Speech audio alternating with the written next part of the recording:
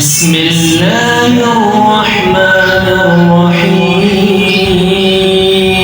معزز سامعین، جس کے ناموں کی نہیں ہے انتہا، ابتدا کرتا ہوں اسی کے نام سے۔ السلام علیکم۔ اللہ رب العزت قدردان ہے، اتنے قدردان ہے کہ ایک صحابی تھے حضرت عبداللہ رضی اللہ تعالی عنہ، اٹھ کے جوان تھے۔ ذرا توجہ سے سنیے گا، اسلام قبول کر لیا اپنی طرف سے تو چھپایا، مگر چچا کو پتہ چل گیا۔ اس نے کہا عبداللہ لگتا ہے تم مسلمان ہو چکے ہو۔ کہنے لگے ہاں۔ اس نے کہا یا اس گھر میں رہو اور ایمان چھوڑ دو یا اس گھر سے چلے جاؤ۔ کہنے لگا ایمان تو نہیں چھوڑوں گا۔ اس نے کہا پھر گھر چھوڑ دو۔ گھر چھوڑ کر جانے لگے تو چچا کو غصہ آ گیا۔ اس نے اتنا مارا جتنا جی چاہا اور اس کے بعد کہا کہ کپڑے بھی میں نے سلوا کر دیے تھے، یہ اتار دے۔ چنانچہ ابتدائی جوانی کی عمر تھی، مگر اس نے بالکل بے لباس کر کے ان کو گھر سے دھکا دے دیا۔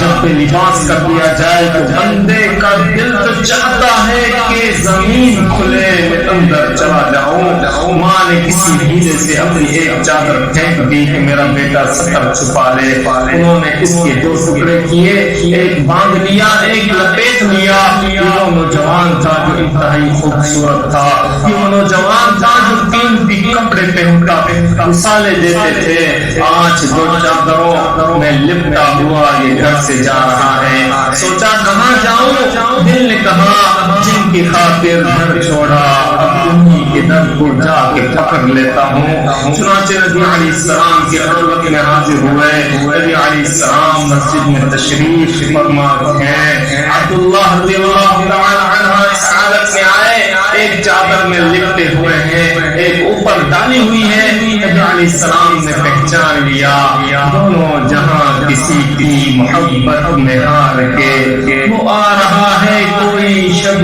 غم گزار کے، آنکھوں میں سرخ دورے ہیں، بال بکھرے ہیں۔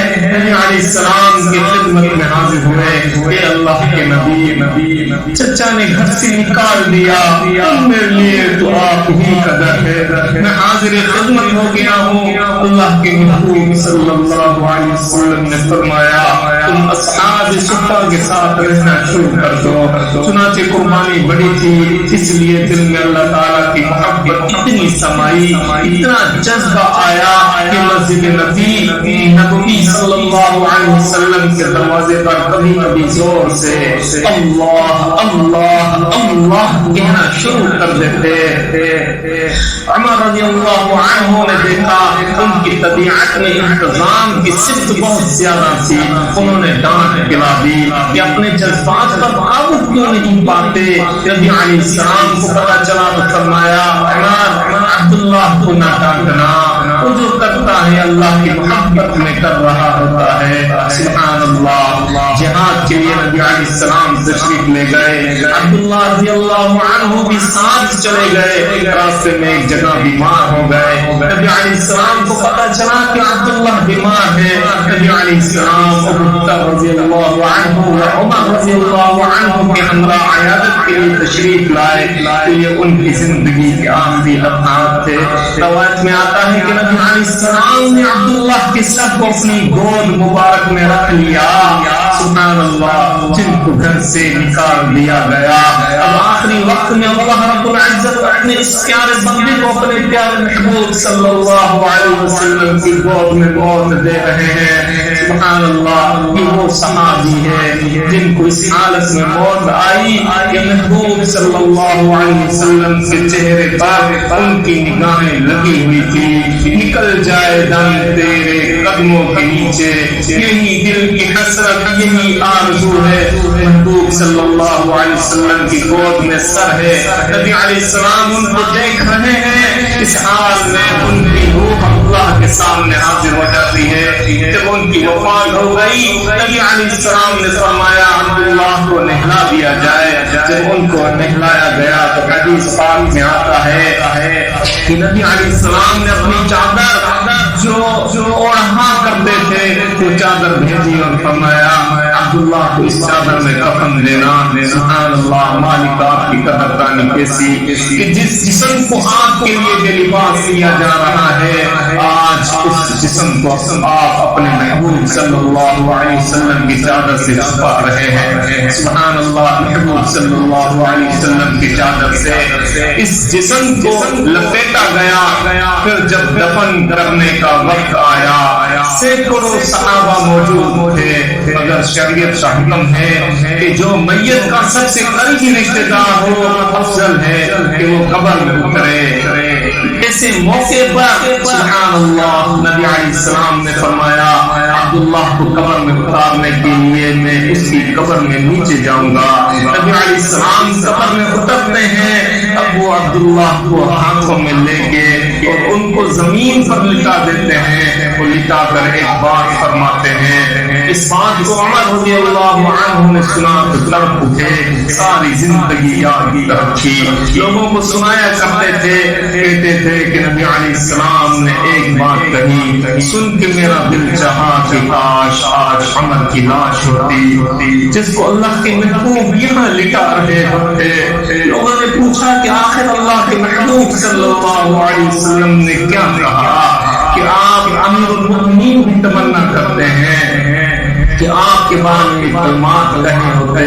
فرمایا کہ جب نبی علیہ السلام نے عبداللہ کو زمین پر لٹا دیا تو دعا کی اللہ عبداللہ سے راضی ہو. مالک بھی عبداللہ سے راضی ہو جا. سبحان اللہ. اللہ کی قدردانی دیکھیے. وہ مالک کتنے قدردان ہیں اپنے بندوں پر کس قدر مہربان ہے. کوئی مالک اتنا مہربان ہے ہمیں چاہیے کہ اس کے احسان قدردانی کرتے ہوئے ہم بھی شریعت و سنت کے مطابق اپنی زندگی کو بنا لیں. قدر اللہ حق قدری. انہوں نے اللہ کی قدر نہیں کی جیسے قدر کرنی چاہیے تھی. اور ایک جگہ فرمایا یا حسرۃ علی العباد.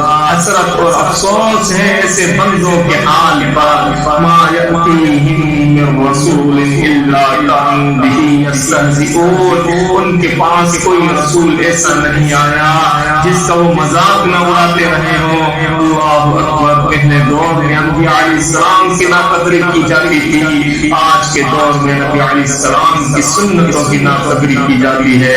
دونوں ایک جیسے ہیں نا قدرے ہیں. ہم قدردانی نہیں کرتے. ہر بندے کو اپنے در سے خالی رد نہیں کرتا. وہ اپنے در سے پیچھے نہیں دھکیل دیتا. تو بڑا مہربان ہے.